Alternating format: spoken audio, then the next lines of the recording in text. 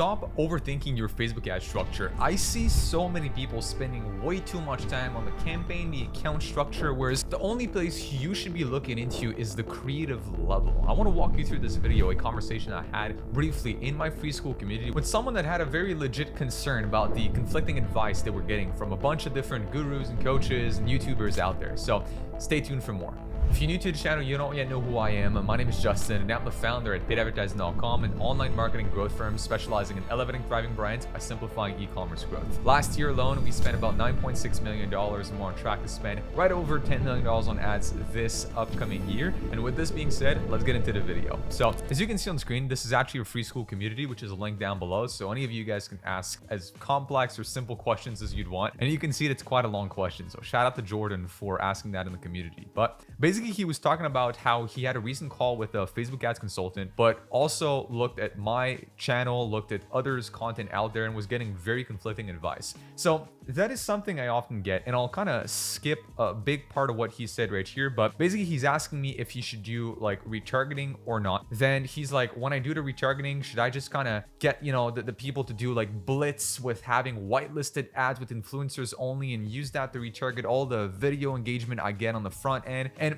I get very similar questions a lot of the time, right? So if I kind of scroll down, and this guy, again, very legit concern, he's like, hey, I'm getting this campaign structure recommended by a consultant I hired. Now what he's telling me right here makes sense, and now I don't really know what to do, because what you say, Justin, whereas you recommend to go broad only, that also makes sense. So what should I do, right? Any thoughts about this potential strategy? Is that something I should be implementing? And the thing is, I always kind of tell people, look, no matter what I'm going to be preaching on YouTube, there's always going to be something new coming about in the next couple of weeks. Like right now, I've been talking a lot about broad targeting, more specifically about doing dynamic creative tests. But who knows, in a year from now, I might be speaking exclusively about Advantage Plus shopping campaigns, because that might be the thing that gets the best results. I might be speaking to you about in a year and a half from now into these kind of new weird automatic lookalikes from Facebook, because that's the thing that seems to work, right? The one thing we can all agree on, the one thing we should all agree on, is that interests aren't worth it. You narrow down the audience pool when you do interests. And when that happens is you just miss out on thousands, if not millions, of potential customers that could be a higher up in the awareness funnel, and they're just not part of that specific interest group. I met last week a brand owner. He was selling dress shirts essentially from Vancouver, and he was telling me he's watched the channel before, he's worked with an agency, and the agency was always targeting very specific interests like dress shirts and such, which he was realizing he was selling primarily to people in the restaurant and service business. And he was like, are they necessarily interested in dress shirts? Probably not. They're interested in other things. And he's like, when we're doing broad, it seems to work better. So there hasn't been a single account I've looked at whereas broad worked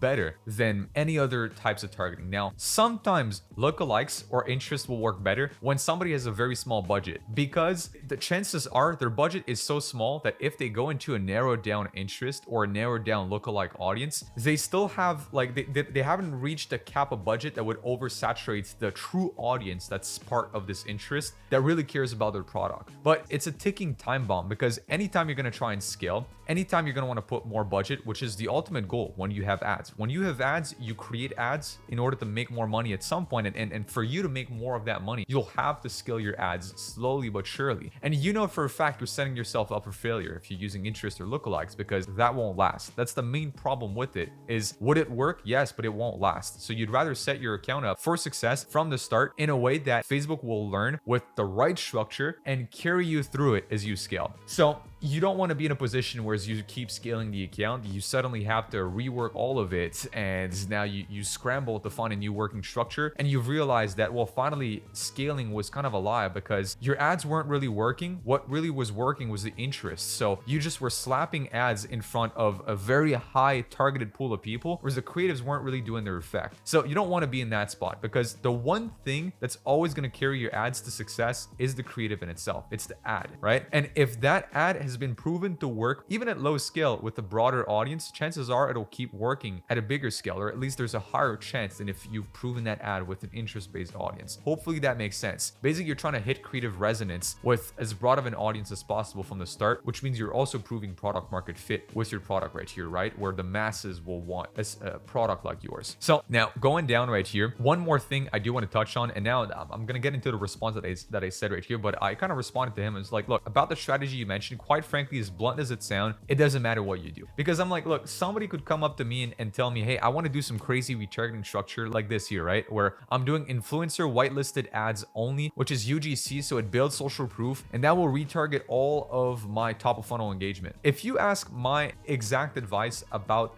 this strategy, I think you're overcomplicating it. Why? Because I think Facebook's going to figure out, it already does. If you look at an Advantage Plus campaign or the broad DCT method, look at each of the ads CPM. You can see some ads have a lower, some have a higher CPM, which usually the higher the CPM, the more bottom of funnel in terms of awareness level these ads are, right? So they're more like product aware, or perhaps even most aware ads. So if you do UGC, especially whitelisted ads, chances are you're playing on the social proof and you want to get somebody over the edge, which means they're product aware or most aware at this point. What I would simply do is, I'm telling you, do these ads in a regular DCT model and they'll probably already be shown to people lower in the funnel. Do other ads in the same DCT structure where you're going broader. You're going more for unaware people, so problem aware people, solution aware people, and the spend will balance itself out accordingly. That's my advice. But then the response is this really going to be detrimental to your ad account for you to do some retargeting here and to, let's say, have a broad targeting campaign where you go with unaware, with problem aware and solution aware ads, and then you retarget this with product aware and most aware ads? No, but you're just, again, slightly overcomplicating it. Are you going to get bad results when doing that? No, because in both cases, you're probably going to use broad, right? Especially with those unaware, solution aware, and problem aware ads you're going to have in this separate campaign to kind of get the engagement first and then retarget it, right? With what you call kind of the blitz campaign, or this blitz of whitelisted influencers. That works.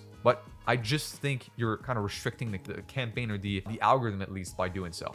And as Jordan said right here, I couldn't help but think that if we just throw all of these ads into one broad campaign, Facebook will figure it out to show these ads to the prospect. That's true.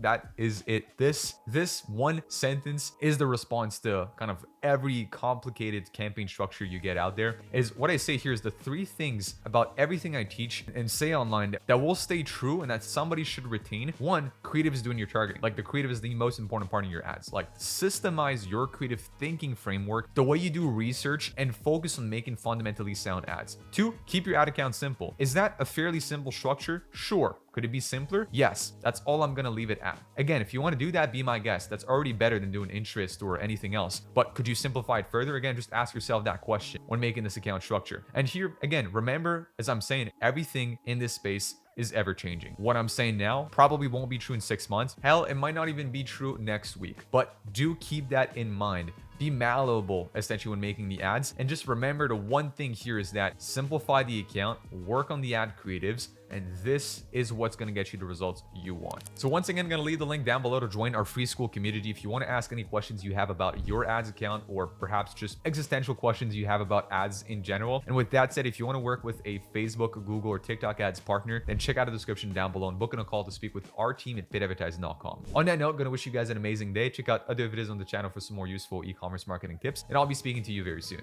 Bye.